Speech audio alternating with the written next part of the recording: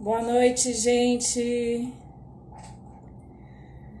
Primeiro dizer que é um prazer estar aqui hoje para poder conduzir essa discussão que que é uma discussão muito importante e pertinente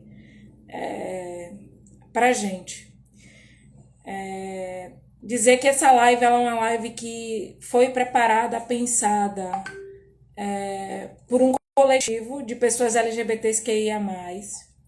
Dizer que essa live ela é uma elaboração coletiva da equipe de pessoas LGBTs do mandato de Ivan Moraes. Ela só foi possível por isso, né? E porque dentro do mandato nós hoje temos um coletivo que é o Babado LGBT, o qual ele nos dá suporte para pensar e intervir na realidade sobre as questões que passam na vida das pessoas como a gente, LGBTQIA+. Eu não me apresentei, mas eu sou Nise Santos, eu sou mulher lésbica, soteropolitana, mas residente do Recife,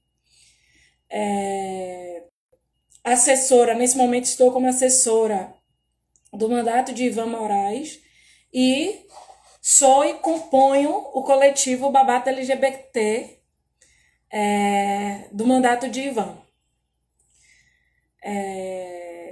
Eu vou botar uma musiquinha aqui rapidinho e daqui a pouco, mais uns 2, 3 minutos, a gente dá início, tá? Não sei se vocês vão conseguir ouvir a música, mas essa com certeza é um hino importante para nós sapatãos.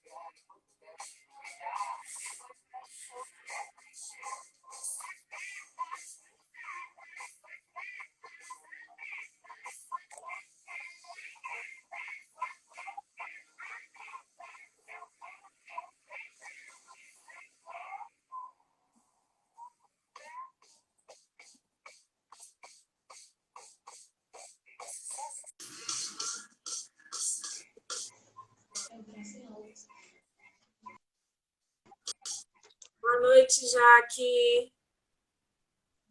Gente, a gente também do mandato queria dizer que além nós vamos ter transmissão aqui com nossa intérprete de Libras, Jaque, tá? Que é convidada, e também a parte do babado LGBTQIA+, do mandato de Ivan. Boa noite, Jaque.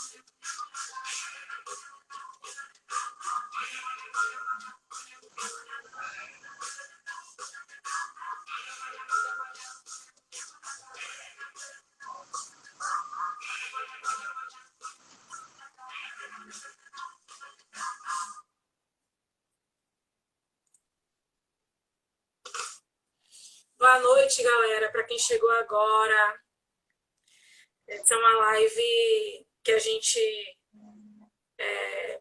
está conduzindo hoje, mas que tem a ver com o tema da visibilidade lésbica, que sua data é comemorada em agosto, mas nós achamos que não é só em agosto que a gente tem que discutir o tema da visibilidade lésbica. Todos os meses, todos os dias, é dia e hora e momento para a gente poder fazer essa discussão. E hoje o coletivo LGBTQIA+, do mandato de Ivan Moraes, nós pensamos em elaborar e fazer uma discussão e trazer convidadas para a gente poder fazer um debate sobre o que nós estamos chamando de pioneirismo do sexo lésbico atritável como parte importante para disputar a narrativa contra o sistema heteronormativo sexual e falocêntrico, né? A gente acha que o surgimento do movimento lésbico, a sua organização, quero deixar aqui frisar que o surgimento do movimento lésbico, óbvio, é parte do pensamento lésbico, já que já existia, que já estava questionando a heteronormatividade e suas normas, e suas normas que estão colocadas para conduzir a sexualidade humana. Mas, com certeza, o ascenso do movimento feminista e o movimento LGBT foram muito importantes para que o pensamento lésbico se organizasse em um movimento político, acadêmico, para questionar o sistema heteronormativo falocêntrico. E aqui o que a gente quer apresentar um pouquinho hoje é dizer que a heterossexualidade não é só uma orientação sexual. Nós também estamos entendendo e estamos partindo, a partir da elaboração de algumas pensadoras do pensamento lésbico, que a heteronormatividade também é um sistema que organiza a sexualidade das pessoas, que organiza as práticas sexuais, que organiza a afetividade, que diz como é que as pessoas têm que se relacionar e como não têm que se relacionar. Que tudo que está fora desse padrão do que a heteronormatividade pensa está errado. E a gente acha que um grande expoente, um pensamento importante que produziu fissura nesse sistema que nós estamos chamando de sistema heterossexual falocêntrico foi o pensamento lésbico e a forma de pensar a sexualidade e as práticas entre as mulheres. Eu queria iniciar chamando antes de a gente entrar na discussão, eu queria convidar a Olga. Olga nos honra muito de ter aceitado esse convite hoje. Olga Pinheiro ela é ativista lésbica do Recife, poeta, feminista, integrante do Islã das Minas, militante da Marcha Mundial de Mulheres e hoje é doutora em engenharia mecânica. E hoje, Olga, nós vamos convidar ela hoje para ela abrir essa live do jeito convidando aquilo que a gente acha que é importante, que é a arte da poesia, para abrir esse momento. Vou convidar ela aqui rapidinho.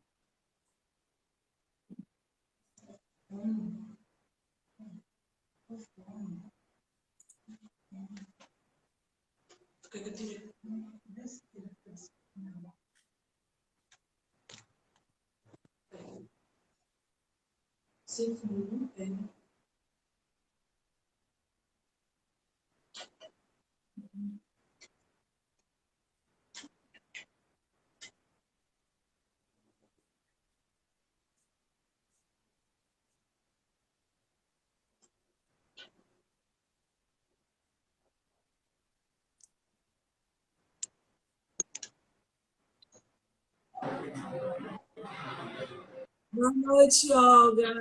Boa noite, gente. Bom em Deixa eu recebê-la colocar aqui o fone nesse de ouvido que eu tinha momento. esquecido. Eu tinha esquecido que o som fica melhor. Pronto, vocês estão me ouvindo bem? Estamos sim. Primeiro, a gente queria agradecer em nome do coletivo Babado LGBTQIA+, o Mandato de Ivan, de ter aceitado o convite. E as honras desse momento agora é para você, é sua. Pode abrir essa live. Obrigada. Em primeiro lugar, queria agradecer também. Como tu disse, acho que é muito importante discutir a visibilidade lésbica o ano inteiro, né? Que a partir da visibilidade da nossa... de admitir que a gente existe mesmo, é que os direitos podem ser exigidos e conquistados, né? E fora isso, estou muito feliz de estar aqui, eu, enquanto poeta, abrindo essa live. Então, eu escolhi duas poesias, uma que é do meu livro Duas Inteiras, que foi publicado pela Castanha Mecânica. E vou começar com uma e depois eu vou emendar logo com a outra, tá? Não escutamos as atrocidades que eles gritaram. Com ameaças e crueldades, pensaram nos trancar de novo no velho armário. Mas enquanto espalhavam ódio e faziam baderna, mais altos e interessantes eram os teus gemidos, abafando os meus ouvidos entre tuas pernas.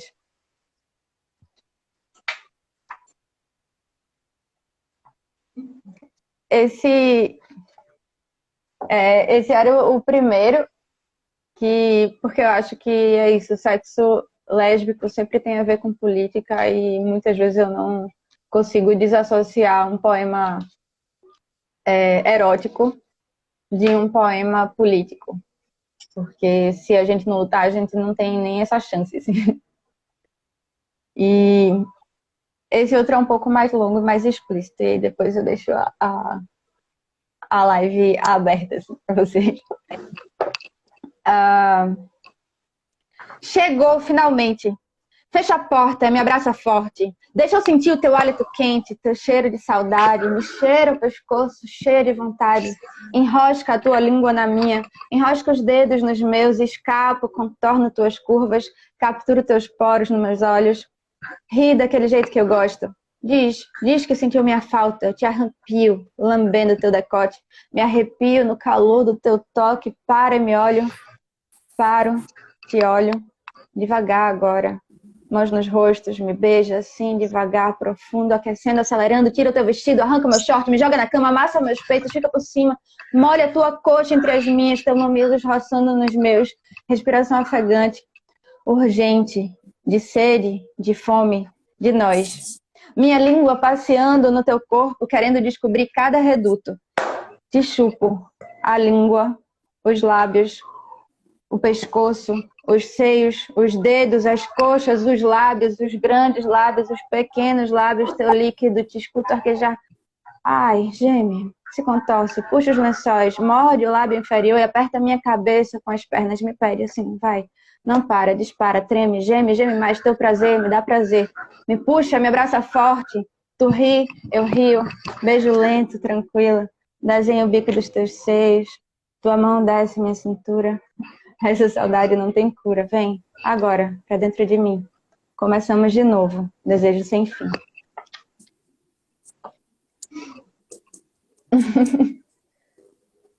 Lindo. E é isso. É disso que a gente quer falar hoje, Olga. A gente quer falar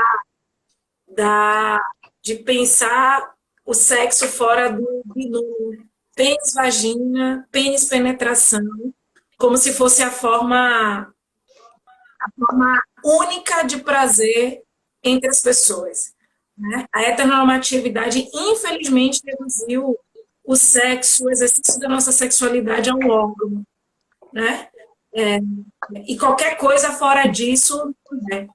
A perspectiva do pensamento lésbico diz que não é isso. A perspectiva diz é que sexo é corpo, toque, é atritável, é tudo que lhe dá prazer e não está reduzido a um órgão, entendeu? Por isso que a gente está falando que a narrativa do pensamento lésbico sobre a sexualidade é muito revolucionária, porque é pensar o sexo Aham. atritável, é o atrito, é o encontro dos corpos para produzir prazer, né?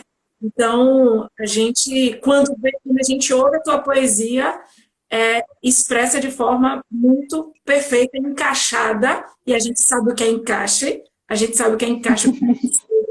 Aham.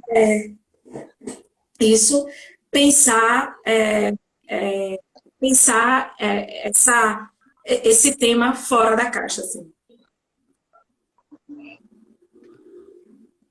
Sim, é isso. Assim, tu falou já muito do que eu acredito também. E é engraçado porque a poesia realmente ela encaixa com essas coisas, né? Muito obrigada. A gente queria te convidar ainda para você fechar essa live. A gente vai chamar a nossa próxima convidada, que é uma colega de profissão, primeira como eu, Beth, uma militante histórica da saúde, que a gente quer debater um pouquinho quais são as implicações da heteronormatividade na vida e no cuidado das pessoas quando a gente pensa em saúde. Te chamo mais tarde, tá? Gratidão, querida. Obrigada também pelo convite. E que massa essa live. Vamos embora. Boa noite, hein? Até já.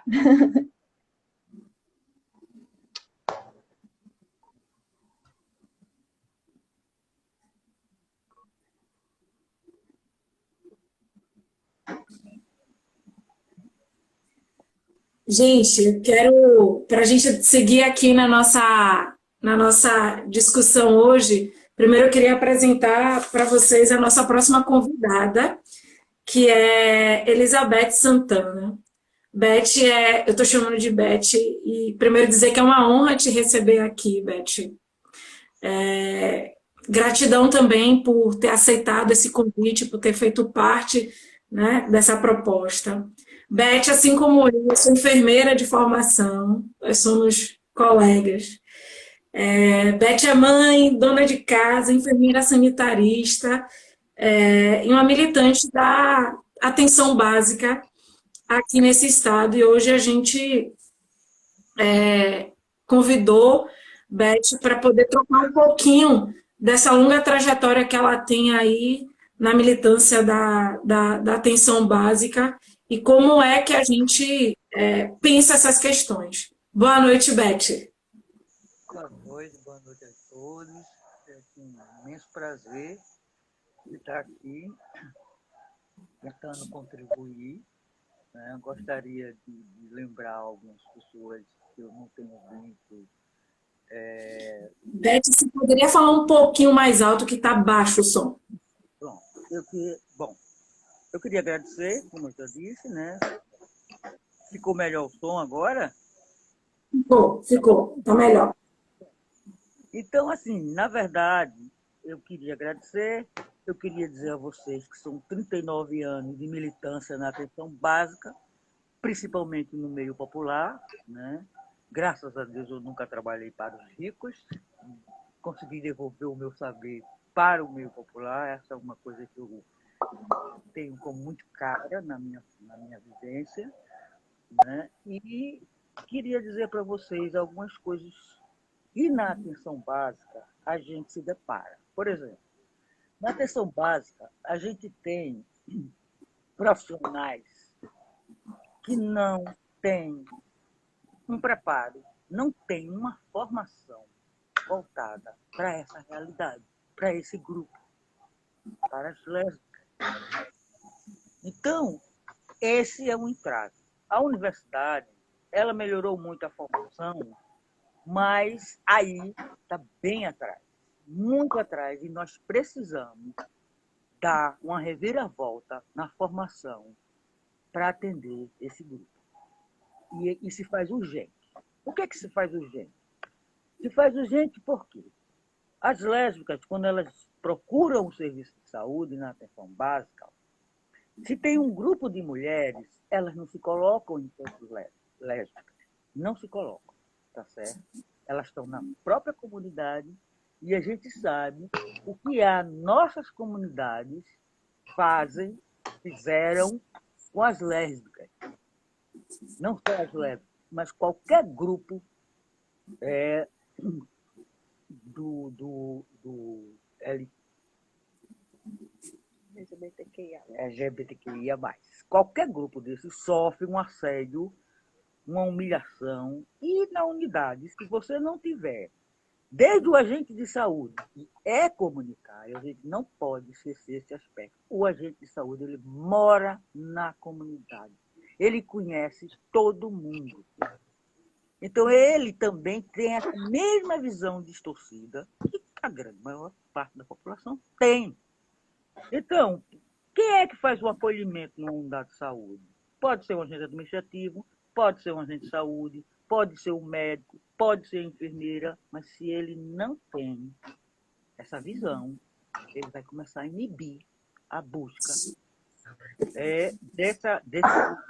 dentro do serviço.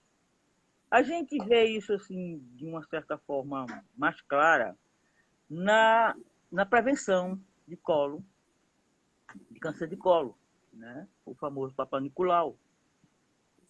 O que a gente encontra? A gente encontra mulheres que, mesmo tendo, na minha experiência, um grupo onde há uma roda de discussão, onde sai de tudo, né? Todas as coisas, mas, acima de tudo, o conhecimento do próprio corpo. As mulheres não conhecem no meio popular o próprio corpo, apesar de ter 5, 6, 4 filhos. Elas desconhecem isso. Dá vontade de chorar. Quanta falta de conhecimento de si mesmo. E a gente sabe que você cuida daquilo que você conhece. Você não cuida daquilo que você não conhece. E as mulheres lésbicas, elas não costumam fazer a prevenção pelo simples fato de entender que a prevenção é só para as mulheres que têm relacionamento heterossexual. Não é. Beth, melhor dizendo, traduzindo isso, a lógica que a ginecologia tradicional traz sobre prevenção é a lógica que só reconhece a prática sexual pênis, vagina, penetração vagina. Qualquer outra lógica, qualquer outra prática não se reconhece como sendo alvo de prevenção. E muitas mulheres lésbicas acham exatamente isso, que elas não precisam fazer prevenção, que o exame de colo, o Papa Nicolau, só são para aquelas mulheres heterossexual e que estão vinculadas a uma prática sexual com homens, né? E eu queria muito que você reforçasse esse tema, assim, porque isso não é verdade, isso é um mito que é reproduzido, mas que todas as mulheres, inclusive as mulheres lésbicas, a gente tem sim técnicas de prevenção e elas precisam fazer esses exames, por exemplo. Só reforçando o que você está dizendo, é um mito. E está lá. Lá não está dizendo a quem se destina o Papa Nicolau. As pessoas que têm relações heterossexuais. Não tem isso. As pessoas que têm relação sexual e que, após um ano do início dessa relação, ela vai procurar um exame. E isso não se restringe só à questão do câncer de colo. Isso se restringe também à questão, quando se voltou para esse grupo mais, se abriu mais, era porque a AIDS era a doença dos gays, era a peste dos gays. foi quando se enfocou a questão da homossexualidade de uma forma geral, e com esse enfoque, né? Responsabilizando o grupo pela existência de uma doença. Então, olha como o nosso caminhar ele se inicia e olha onde nós estamos hoje. Nós caminhamos muito pouco nesse sentido. A mesma coisa serve para a sífilis. Tá certo? A sífilis não é uma doença que tem que se, do mesmo jeito do câncer de cólon. A sífilis se transmite até no beijo. E nós fomos muitos anos chamados de recíflicos pelo número de casos de sífilis que nós temos nesse Recife. Uma coisa está completamente tratada, de curta duração, é dolorosa? É, mas é um tratamento de curta duração, tá certo? Eu trabalho notificando, inclusive sífilis, numa maternidade, e o número de bebês que nascem com sífilis, ou que a mulher abortou porque estava com sífilis, é imenso. Porque não funciona o pré-natal, não se abre o acolhimento, se chama acolhimento. O que a gente precisa fazer nas unidades básicas de saúde é acabar com essa história de querer saber qual é a cor, qual é o peso.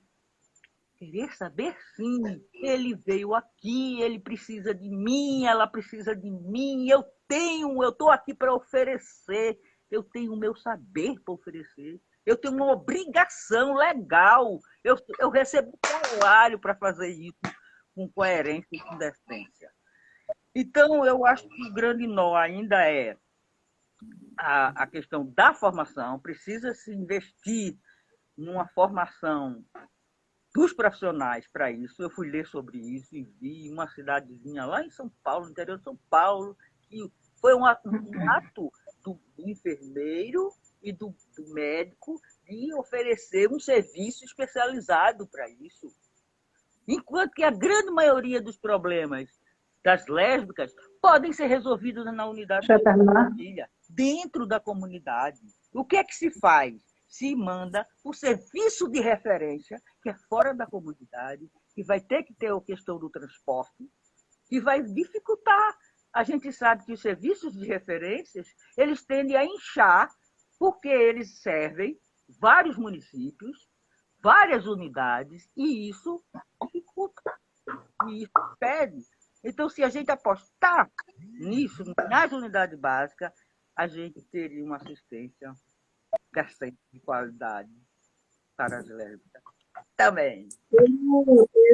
Eu tenho um super acordo com você, Beth. E assim, acho que sua experiência de 39 anos na atenção básica é uma experiência importante para fazer essa afirmação, porque a formação em saúde, aí eu estou falando de forma generalizada, né, para os profissionais de saúde, enfermeiros, médicos, infelizmente, ainda é uma formação que é voltada para uma orientação única, né?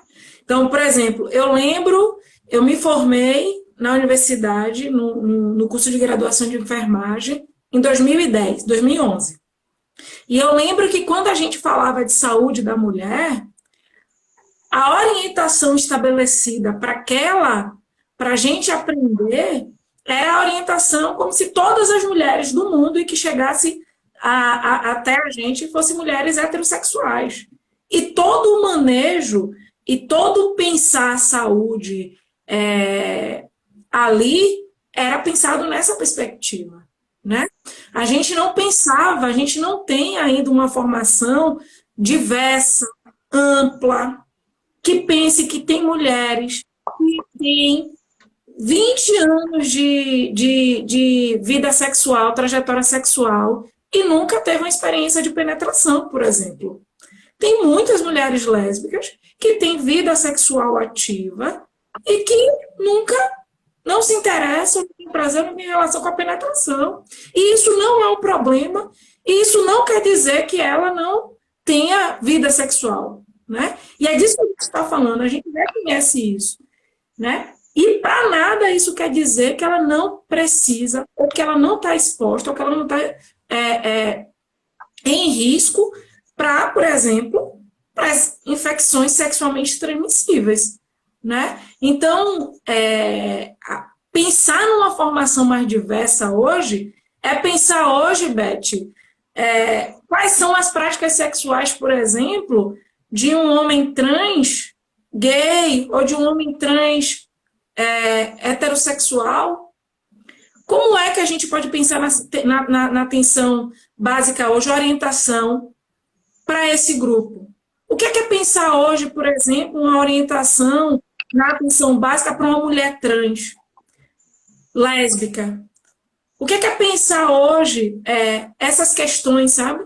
Pensar essas questões hoje é preciso de uma formação que rompa, de fato, com essa lógica de que a gente compreende que todo mundo, todo usuário do SUS ou todo paciente, ele está ali incorporado, né, no sistema heteronormativo, né, que é o sistema que só reconhece essa prática sexual, que deslegitima as outras e que não deslegitima, torna imoral. Imoral. É muito importante dizer isso, que a da heteronormativa não só não reconhece outras práticas sexuais fora do binômio penetração-vagina, mas como imoraliza, diz que é sujo. Quando você trata do tema do HIV, AIDS aqui, na década de 80, era isso, né? Por muito tempo, as pessoas que vivem com HIV eram chamadas de imorais. Estava muito relacionada à ideia da transmissão com a promiscuidade, né? Essa ideia de promiscuidade. Ou seja, havia até na época que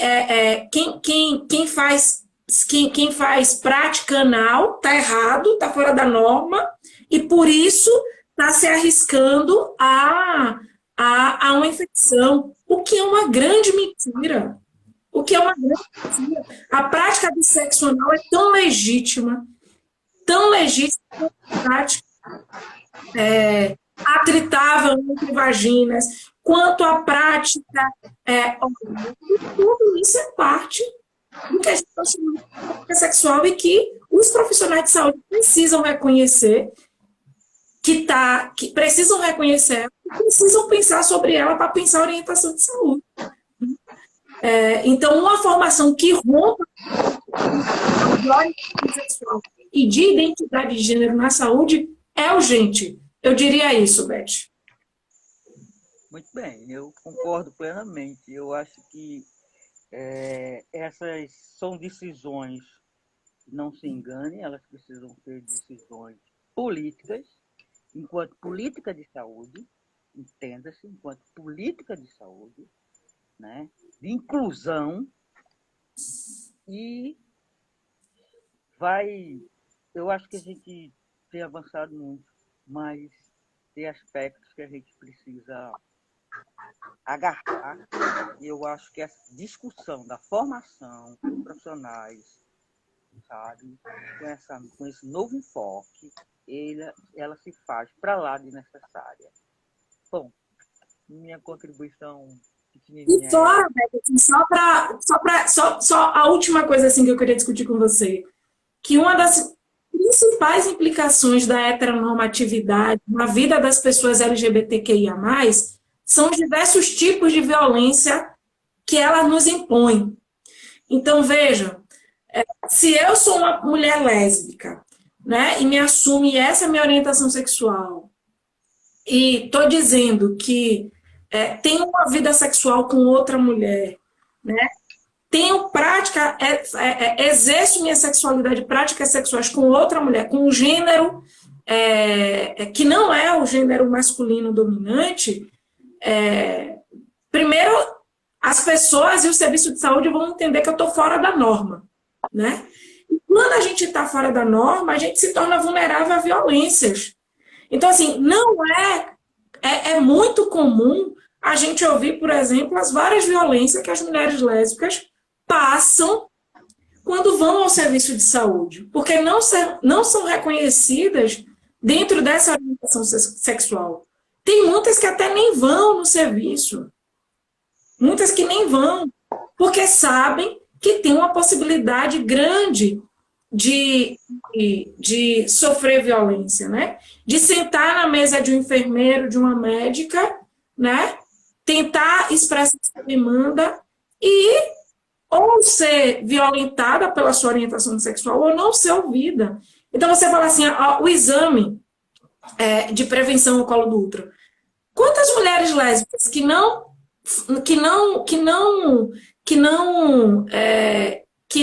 tiveram penetração peniana na sua vida rejeitam fazer esse exame? Porque a enfermeira ou médico não quer nem saber disso. Vai lá e o espéculo que ele acha que ele tem que usar, parece que existe um espéculo universal que ele acha que ele tem que usar em qualquer mulher, porque na cabeça deles é isso. Então, assim, essa é uma implicação importante a gente reconhecer, né? Esse tipo de violência psicológica que quando a gente que as mulheres lésbicas vivem hoje no serviço público porque não são reconhecidas. É verdade. Eu acho que essa questão que você colocou do espectro, ela é um terror para as mulheres de uma forma geral, né? E parece que é receita de bolo. Um espectro só, um número só, né? Não importa se teve para todas as mulheres. Se você teve filho, se você não teve filho, quantos filhos já teve. Essas são coisas que um profissional tem que buscar com maior atenção na conversa que antecede aquela maldita daquela maca, né? Porque tem profissionais que submetem a mulher diretamente da sala de espera para a maca, né? A questão do ser integral, né? Você está vendo um ser, você não vai cuidar do pipio, você não vai cuidar do colo só, você vai cuidar de uma pessoa. Então você tem que ouvi-lo. Então, não vou para a maca, não vai não, senta aqui na minha frente. Como é que a senhora está? Entendeu? O que a senhora achou da palestra? É essa coisa que você começa a abrir o espaço para que as pessoas digam a que vieram. É isso. Eu entendo enfermagem assim, eu entendo saúde pública assim, eu entendo humanização assim. É isso. Não tem Humanização é a diversidade, né? Você acolher todas as orientações, todas as identidades de gênero e pensar o saber em saúde a partir dessa orientação, dessa identidade de gênero. Ter um tratamento humano, isso é você pensar o outro na sua singularidade e não universalizando e colocando em caixa, em norma, como se as pessoas tivessem ali. Beth, muito obrigada pela sua contribuição. É uma honra a sua contribuição aqui para a gente. Gratidão mesmo. Muito obrigada. Obrigado. Pessoal, eu vou chamar a nossa última convidada dessa live aqui para a gente poder, depois de Beth, para a gente poder discutir um pouquinho mais sobre o papel que, quando politicamente e academicamente a gente conseguiu legitimar o sexo lésbico como sexo, reconhecer isso como sexo e não somente, né, o sexo penetração, vagina, como é que isso provocou culturalmente, socialmente, que deslocamento esse reconhecimento faz, e depois discutir um pouquinho por que lutar pela democracia hoje no nosso país perpassa também por lutar por políticas públicas que incorporem a população LGBTQIA+, sobretudo num governo de um presidente misógino, homofóbico, né? Muito violento. Então, eu vou chamar agora a Juliana Maza para a gente ir finalizando e discutir um pouquinho sobre isso, tá?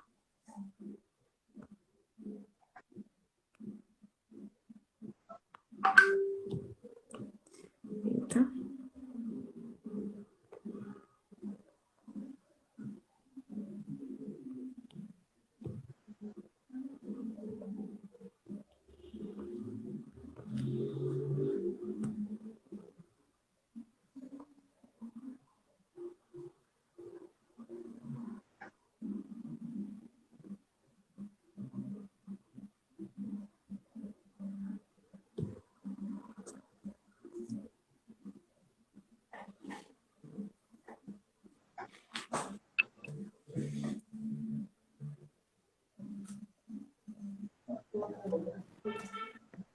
Boa noite.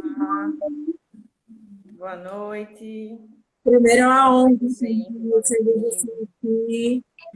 Gratidão por aceitar esse convite, esse debate que é um debate dissidente, sobretudo para nós profissionais de saúde. A gente sabe que a gente ainda tem pouco espaço entre os colegas e as colegas para poder pensar isso. Eu vou apresentar você, mas, por favor, pode complementar aí sua apresentação. Gente, Juliana Matos, ela é, primeiro, mulher, lésbica, psicóloga. Ju é psicóloga de uma ONG aqui no Recife, uma ONG muito importante na disputa aí de política de prevenção, as ISTs e ao HIV/AIDS, que é a ONG Gestos. E Ju também é doutoranda, e a linha de pesquisa dela é em estudos de gênero e sexualidade, tá? A ideia de trazer Ju aqui hoje é pensar a gente poder fazer alguma discussão, essa discussão, né, que deslocamento o sexo lésbico provoca, né, na norma,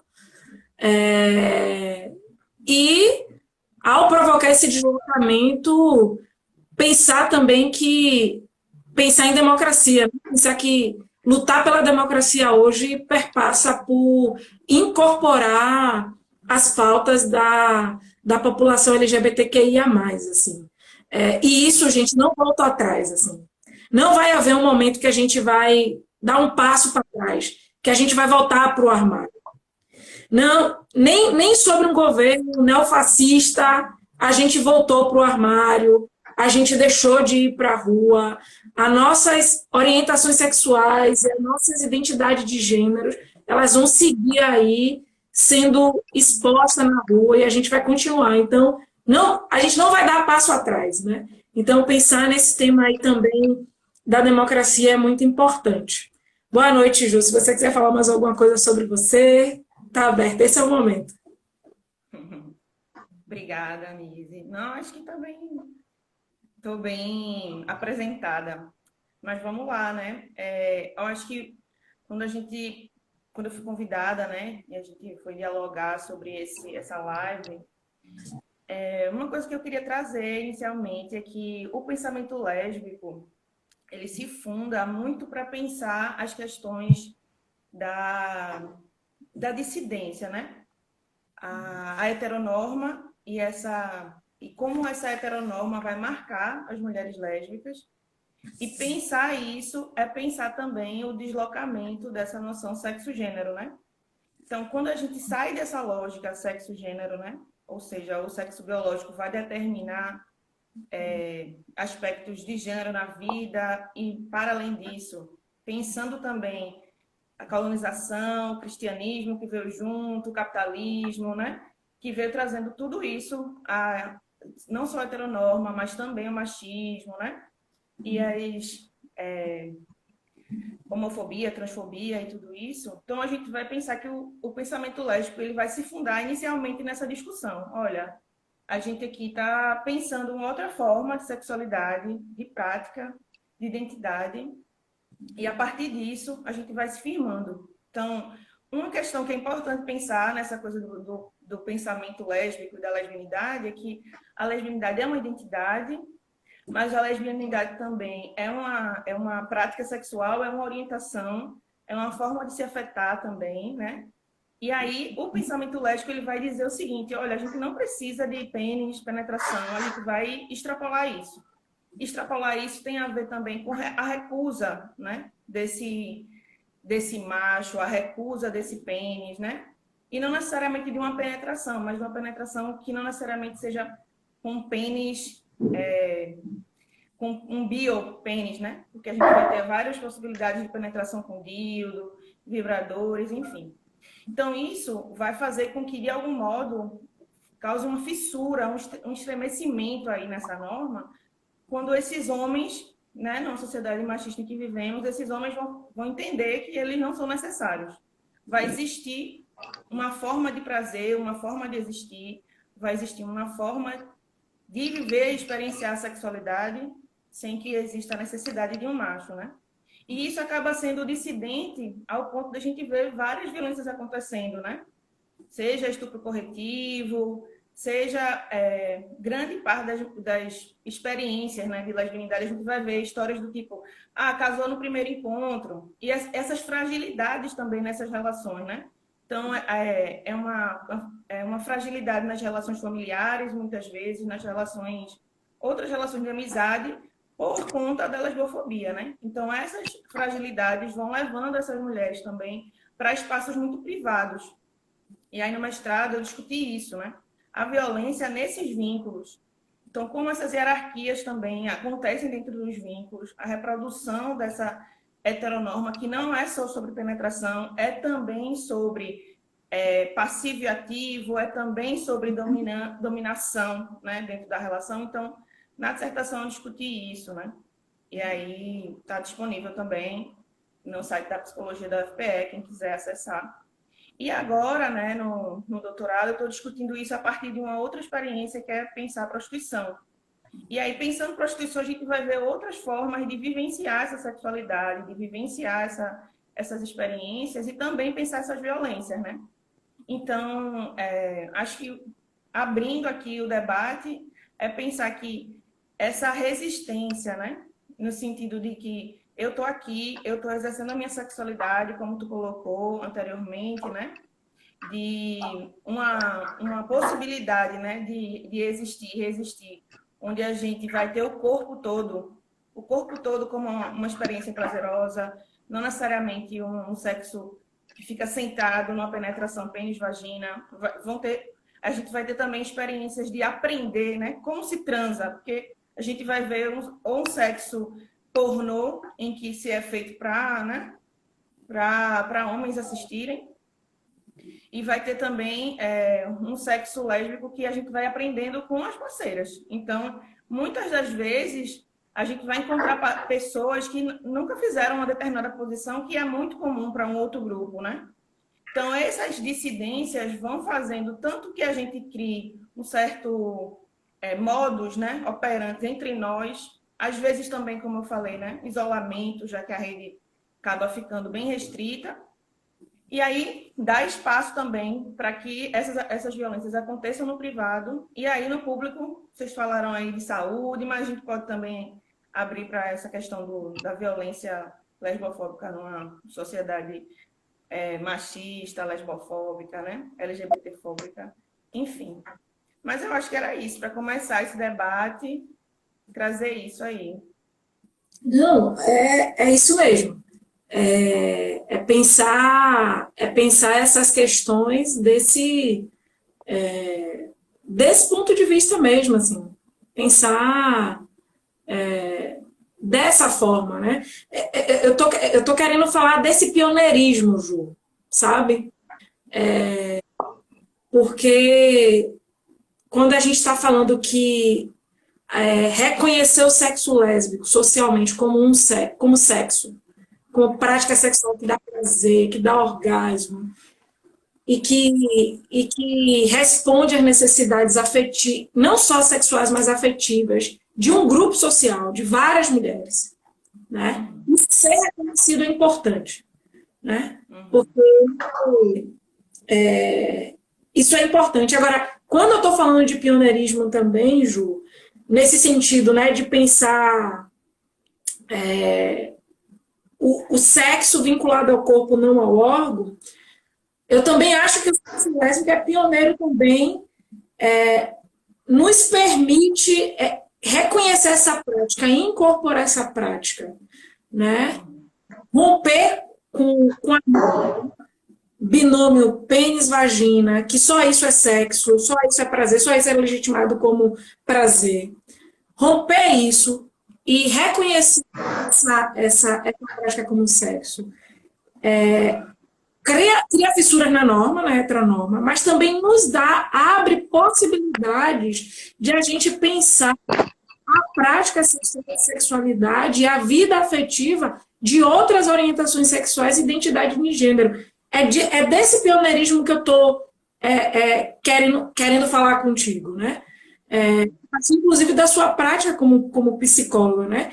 Como é que reconhecer isso, reconhecer o sexo lésbico e esse grupo, reconhecer que existem outras formas de afeto que estão sendo construídas a partir desse pensamento, nos abre possibilidade de pensar outras práticas e reconhecer outras práticas em outras identidades de gênero, por exemplo, né? O que seria pensar, né, o que seria pensar a prática, por exemplo, de um homem trans hétero, né? Ou o que seria pensar a prática de uma mulher trans lésbica, né? Ou seja, Inclusive, Raíssa está aqui no chat provocando sobre isso também. eu não vi. Cadê qual é a provocação dela? Ela está dizendo cisgeneridade para vocês ou dizem sobre outros corpos plurais? Com certeza. A gente também compreende assim, um sistema que organiza a vida, né? Que organiza a vida, que inclusive implica em violência também, né? As pessoas trans vivem cotidianamente essa violência, né? Mas quando eu falo, inclusive, Raíssa, desse pioneirismo, eu estou dizendo que é reconhecer, e aí eu estou falando não só de orientação, gente, eu estou falando de prática mesmo, de sexualidade. Prática e sexualidade como campo de formação do sujeito, dos sujeitos e das sujeitas humanas, né?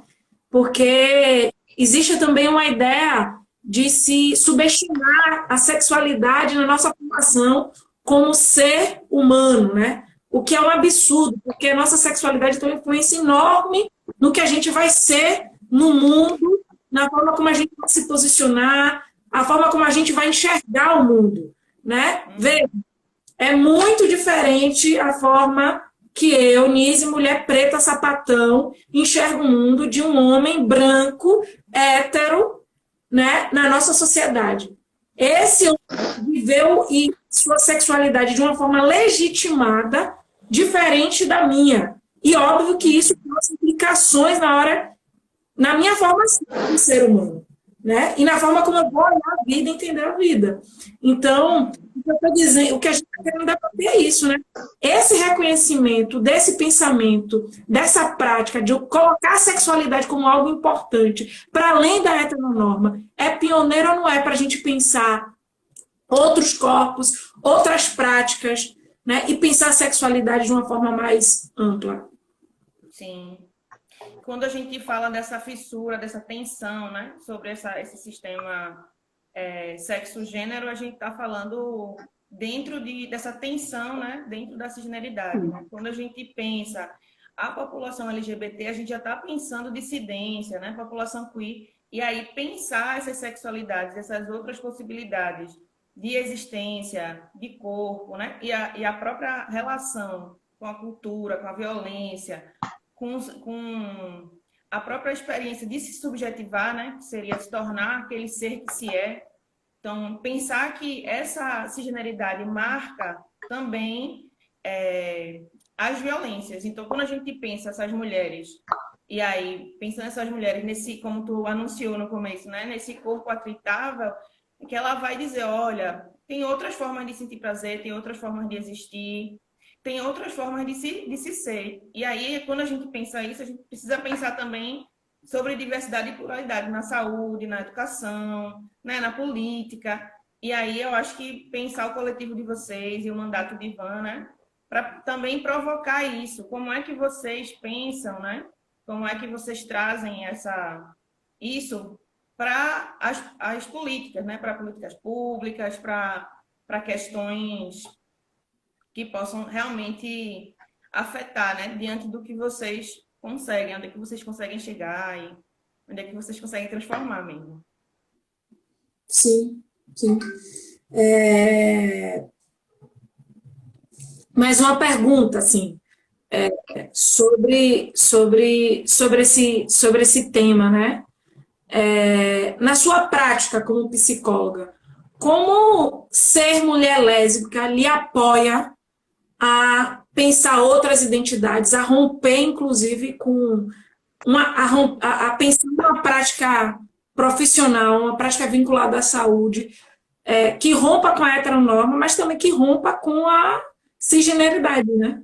Que a gente sabe que também organiza a vida. Como é isso? Eu queria explorar isso aqui também um pouquinho, mas a ideia aqui final é essa. Essa live é uma proposta do mandato de Ivan, organizado pelo coletivo LGBTQIA+, do mandato. É muito importante dizer para vocês que hoje metade da equipe do mandato de Ivan é LGBTQIA+, quase metade é de negros, uma parte importante das pessoas LGBTQIA+, do mandato são pretas, né? E a gente quer discutir dedicar esse último tema da democracia, porque para nós é importante, né? Nós estamos falando de um mandato que tem responsabilidade com a democracia, mas que também é um debate é um mandato que tem responsabilidade com a diversidade das políticas públicas, né? Ter responsabilidade com a democracia é ter responsabilidade por ter políticas públicas diversas, que reconheçam a todos. E isso é parte do programa do mandato do Ivan, né? Lutar pela democracia e lutar pelo reconhecimento de todos nas políticas públicas a partir do Estado. Vamos só se responder isso que a gente debate. Vamos lá, né? Eu queria começar dizendo que pode ser problemático a gente afirmar que a lesbianidade me autoriza ou me dá conhecimentos específicos para atender a população LGBT. Eu posso dizer que a minha experiência pessoal, seja pela Gestos, né, que é o lugar que eu atendo, né, há 5 anos, essa população, seja pela minha experiência também, né, de vida identitária, ela sim me dá uma experiência nesse processo, mas o que eu posso dizer é que a formação em psicologia tem defasagem. Nesse sentido, tem defasagem. Mas eu acredito que os profissionais de psicologia, os profissionais que atendem essa população, precisam sim se debruçar, né, sobre isso, ter uma ética dentro da psicologia, precisam sim estudar isso, mas acredito que sim, conseguir se deslocar, né, conseguir questionar a norma, conseguir perceber o humano para além do que é prescrito ou previsto para ele, né, conseguir compreender essas questões familiares, né? Essas questões de violência, essas questões que envolvem o corpo, né? As questões que envolvem a transexualidade, a lesbianidade, a homossexualidade também, de uma forma geral. Então, perceber isso, compreender isso, ser sensível a isso, e aí, dentro desse debate de direitos humanos, né? Faz toda a diferença no atendimento, né? Então, a gente vai ver atendimentos que são pouco sensíveis a isso, né? E aí a gente também, dentro da psicologia, tem a psicologia, e aí isso é uma coisa muito, muito forte um debate muito forte dentro do Conselho Regional e do Conselho Federal, sobre essa ideia de uma psicologia que vai normatizar o sujeito, que a pessoa vai deixar de ser gay, ou deixar de ser lésbica, ou deixar de ser trans, né? Então, pensar isso de uma forma ética, com respeito aos direitos humanos, com a compreensão da liberdade é muito importante. Mas é isso, eu acho que sim, a minha experiência enquanto pessoa lésbica me dá alguma experiência de vida e dentro da profissão. Mas isso não só isso, assim. A forma com que eu olho as pessoas, com que eu olho o mundo, a forma com que eu me engajo para estudar, né? Faz com que isso, estou falando porque tem outros e outros precisam aqui e eles precisam saber que podem sim, devem sim atender com humanidade, com respeito, né? Respeitando a população LGBT dentro de suas singularidades e de suas orientações, cisgeneridades ou transexualidades. Massa. E eu acho que isso é muito importante para a área da saúde, Ju. Aqui pensando sobre essa live, por exemplo, a gente tem uma política pública chamada Saúde da Mulher. Partindo aí da provocação que a Raíssa nos fez, o que a gente tem que avançar entre nós é saúde da mulher ou saúde das pessoas que têm útero? Ou ampliar mais? Porque de que mulher nós estamos falando, né? Essa mulher universal, que no geral é mulher cis, branca, né? Hétero, né? E que, no geral, as pessoas... é uma política que está muito pensada dentro da norma, apesar de ser uma política, gente, muito importante, fundamental, não podemos abrir mão dela, entende? Não podemos abrir mão dela, mas que precisa ser ajustada, entende? Por exemplo, a maternidade, a forma que os homens trans têm questionado e fissurado a maternidade é uma questão importante, né?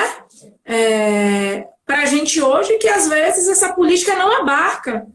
Eu vejo hoje uma série de homens trans sendo pais e sendo violentados nas maternidades, na assistência pré-natal, entende? Então, eu acho que a gente precisa realmente avançar nisso. Quando a gente está pensando em ajuste de política, a gente está falando isso, né? Será que não seria hora de começar a batalhar por um outro nome nas políticas públicas, né? Não seria mais a política de saúde da mulher, mas a política das pessoas que vivem com útero, né? Será que os homens trans não essa maternidade fora da norma, que está questionando aí o sistema hétero, falocêntrico, né? Precisa também esse questionamento ser questionado na política pública também, né? Porque vocês não viram. A gente não vai dar passo atrás. A maternidade também vai ser questionada.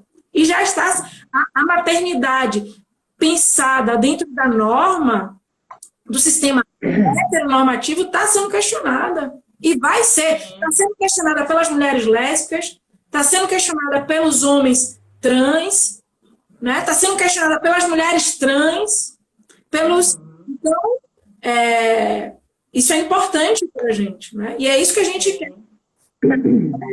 A gente quer ser dissidente e ser parte, contribuir nisso, né? Queria que você falasse um pouquinho dessa fissura também, né? Da maternidade, né? Que é um conceito que o machismo, né, coloca como determinante para as mulheres, né? Toda mulher nasceu para ser mãe, isso é um mito, isso aí está dentro do espectro do machismo, né? E a mulher cis aí que para ser mãe. Mas eu quero dizer que nós, mulheres lésbicas, e as pessoas trans estão fissurando esse conceito.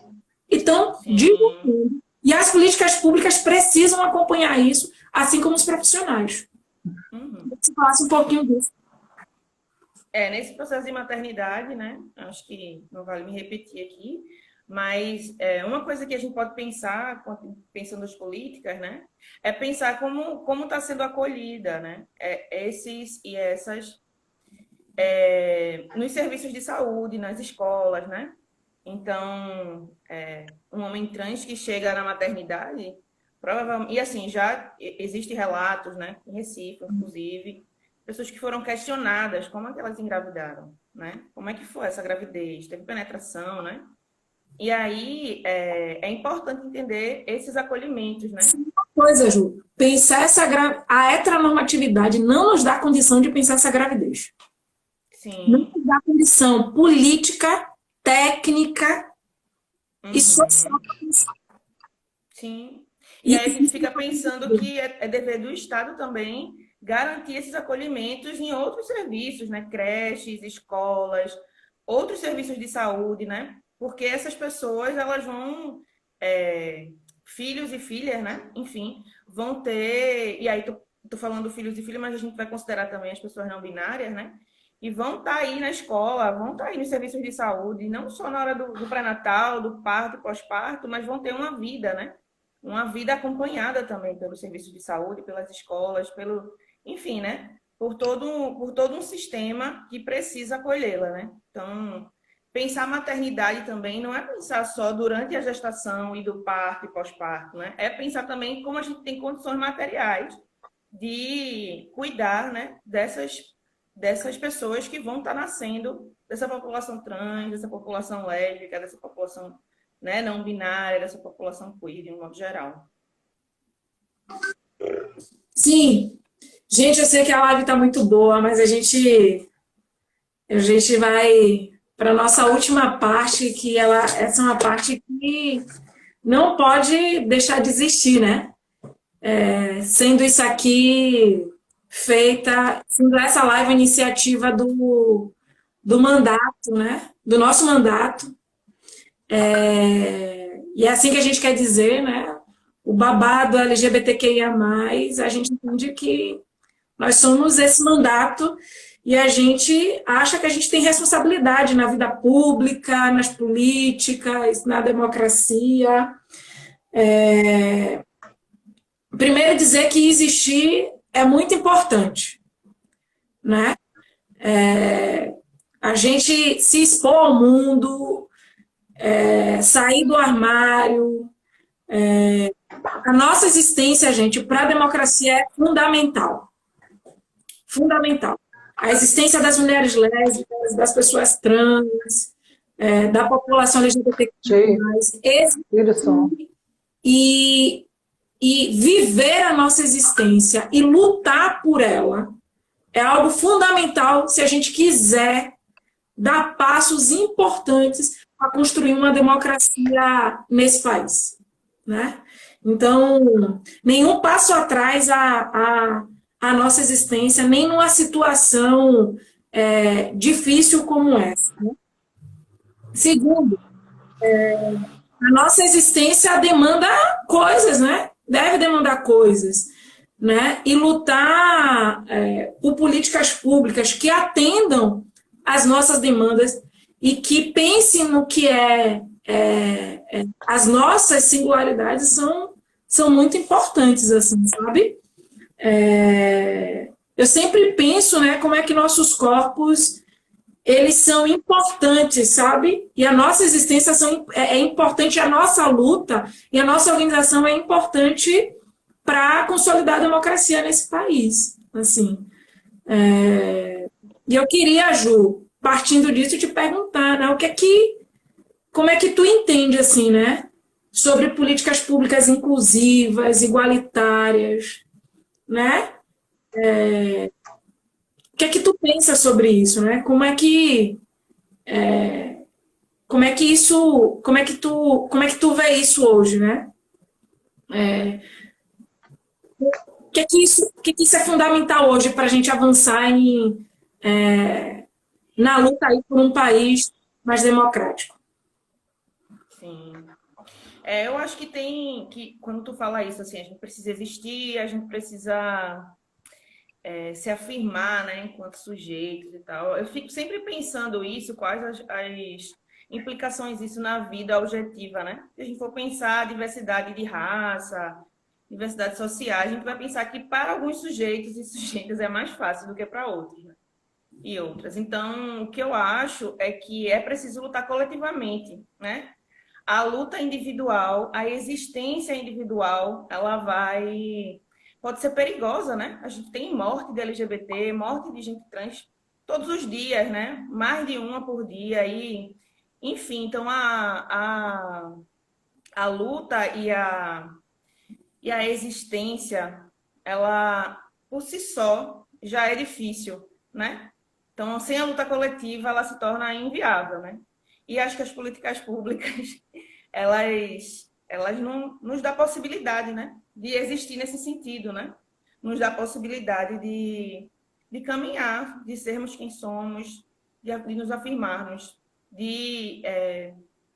enfim, de expressar nossos afetos, nossas identidades, mas acho que sem a luta coletiva isso não é possível. Isso é mais passível de violências, né, de opressões, do que de liberdade, muitas vezes, em muitos corpos. Então é isso, eu acho que as políticas públicas são importantíssimas, assim, tem debate, em cada área dessas políticas públicas aí vão ter debates acirradíssimos. Se a gente for pensar educação, debates acirradíssimos. Se a gente for pensar saúde, né? Então, tem gente aí, Amanda França, por exemplo, é uma estudante de mestrado que está discutindo isso, acesso, né, à saúde sexual dentro dessa problemática da lesbianidade. Então, tem debates sérios, assim, né? Então, 30 anos aí de experiência da participante anterior, por exemplo, nos faz ver que a gente vai precisar continuar lutando, né? Então, aí, eu acho que é isso. Cada área e aí pensar também disputa política, até política partidária também, né? Então, é isso. Acho que a transformação ela vai ter que sair por várias vias. E aí, pensar a existência não vai dar para pensar sozinho. Vai ter que ser coletivo. Perfeito, perfeito. É isso mesmo, era essa a provocação. E mais, assim, a gente já tem algumas políticas públicas, né, no campo da saúde, né? A gente tem a política integral de saúde da população LGBTQIA+, né, que foi resultado de anos de luta do movimento LGBTQIA+, aqui no Brasil, né? Assim, foi uma luta, coloca aí, de mais de 30 anos, do movimento reivindicando uma política institucional do Ministério da Saúde para pensar as questões, né? Porque as questões, as políticas institucionais que existiam para esse grupo estavam vinculadas à doença, ao HIV/AIDS, às infecções sexualmente transmissíveis. E a gente está dizendo o seguinte: nós não somos uma doença, nós somos seres humanos. Não pode ser que a gente pense política como um grupo a partir da doença. Não que a gente não tenha que ter política pública de intervenção e prevenção para ISTs, para o HIV/AIDS e para as doenças que o Estado diz que está relacionado, né, à sexualidade. Enfim, o que também é algo muito, muito mito. A gente tem que pensar em política pública para o ser humano, para atender demandas, para dar respostas. E a gente conseguiu superar, né, a gente conseguiu superar esse entrave, né, que a gente tinha de só ter o Estado entender que política pública de prevenção, diagnóstico e tratamento para as ISTs, para as infecções sexualmente transmissíveis e a AIDS, era política para a população LGBTQIA+. A gente superou isso com muita luta, muita discussão, muita organização. E a gente passou para um patamar hoje que a gente tem uma política de saúde integral para essa população que na sua escrita, na sua elaboração, pensa muitas coisas, tem proposição para tudo, né? Aqui no Estado, por exemplo, como parte dessa política, os centros de referência LGBT, tem os ambulatórios, né? Tudo isso. Mas o que nós estamos também querendo dizer é que, apesar de ela existir e ser um avanço, é preciso ainda que essa coletividade precise ajustar, né? Há muitos ajustes a serem feitos ainda. Por exemplo, se a gente pensa hoje na política pública que ajuda as pessoas trans a fazer seu processo transexualizador hoje, não tem verba. Não tem verba, está paralisado. Tem uma fila de espera enorme e que as pessoas ficam anos dependendo disso, né? Os homens trans, né, que desejam fazer sua mastectomia, é um processo duro, violento, difícil dentro do Sistema Único de Saúde. Garantir esse direito, entende? Para um homem trans. Ou seja, existe uma política fruto de uma luta que avançou muito, mas que ainda precisa de muita coletividade, de muita essa luta para que, de fato, ela primeiro seja expandida, né? É preciso expandir os serviços vinculados a ela, né? Segundo, para ser uma política que gere mais informação às pessoas e não é informação normatizadora, né? É informação que contempla a diversidade, identidade de gênero e orientação sexual, né? Que tenha profissionais qualificados, né? Para pensar, eu digo mais uma vez, chegar num consultório e dizer para a pessoa que a única forma de prevenção que ela tem para as ISTs é use camisinha, está incompleta essa orientação, os profissionais de saúde precisam reconhecer isso. Usar camisinha é muito importante, mas não é só isso. Não é só isso. Pensar a saúde e a prevenção hoje para mulheres lésbicas é o que Beth falou, né? É preciso constantemente fazer o exame de verificação do colo do útero, é preciso fazer o exame citopatológico, é preciso acompanhar é preciso acompanhar o fluxo vaginal mensal das mulheres. Ou seja, é mais do que isso. Então, levar informações sobre isso também é muito importante. A gente ainda precisa de muita luta sobre isso, e o mandato tem responsabilidade sobre isso. A gente tem responsabilidade sobre entender que a gente avançou, mas a gente precisa avançar mais ainda. Sim, que bom. Fico muito feliz de poder te ouvir, de saber que vocês, né, Ivan, estão engajados nisso também, né? E me coloco disponível também. Acho que está acabando aqui, né? Pelo tempo que eu tô. Eu achei até que tu tinha começado uma despedida e aí tu continuou. Mas enfim, obrigada. A gente está aqui disponível depois para quem quiser conversar mais, trocar. Tá? Obrigada, Anise. Obrigada, Ivan e o coletivo pelo convite.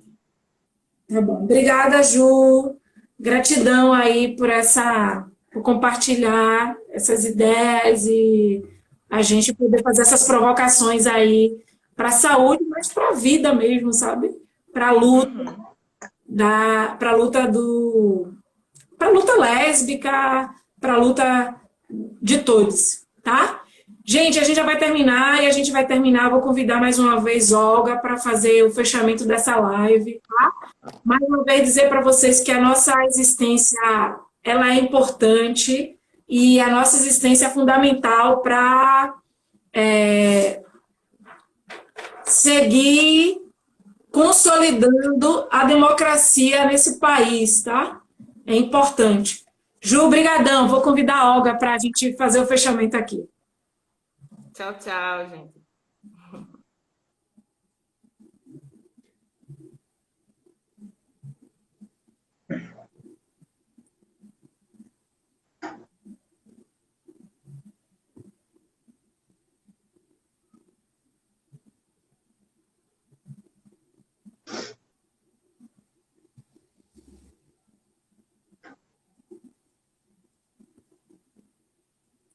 Que delícia.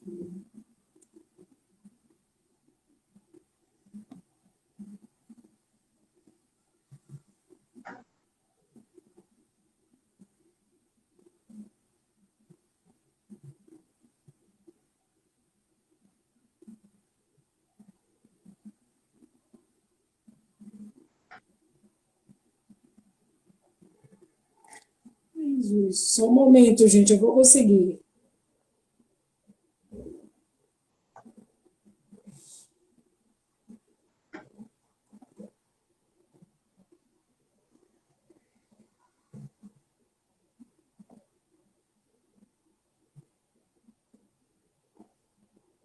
Ai, gente, sei lá.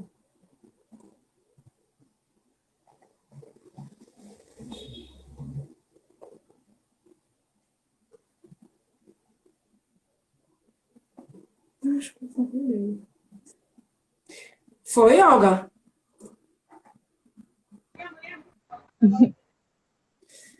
Ah, oi de novo. Que massa a live. Eu não consegui ficar online o tempo inteiro, mas acompanhei principalmente agora o finzinho. E que importante isso tudo, né? A gente ter essas conversas sobre a nossa existência, sobre nossos direitos, a saúde, o sexo, relações, tudo, enfim. E aí, vocês estão me ouvindo bem? Daí? Tá fazendo muito barulho? Beleza. Eu vou ler uma poesia curtinha agora e depois vou ler uma outra poesia que eu acho que se relaciona mais com o tema agora do final de existência, de políticas públicas e tudo mais. É uma poesia um pouco mais longa para a gente finalizar. Deixa só eu encontrar de novo aqui que eu acabei de perder, foi mal. Tem uma bem curtinha que eu gosto muito, que é assim. Teus beijos ainda ecoam no vale entre as minhas pernas.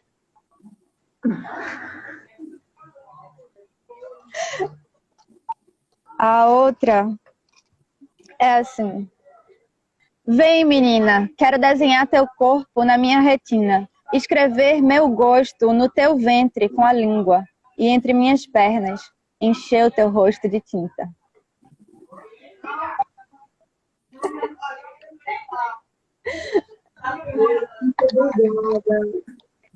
Tem uma outra que é longa, assim, que dá tempo?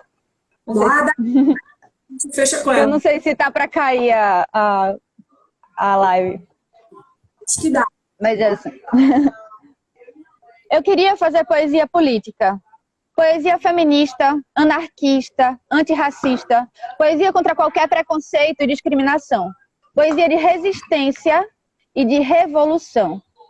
Mas no meio do caminho, assim meio no susto, chegou uma mulher arretada e acelerou meu coração.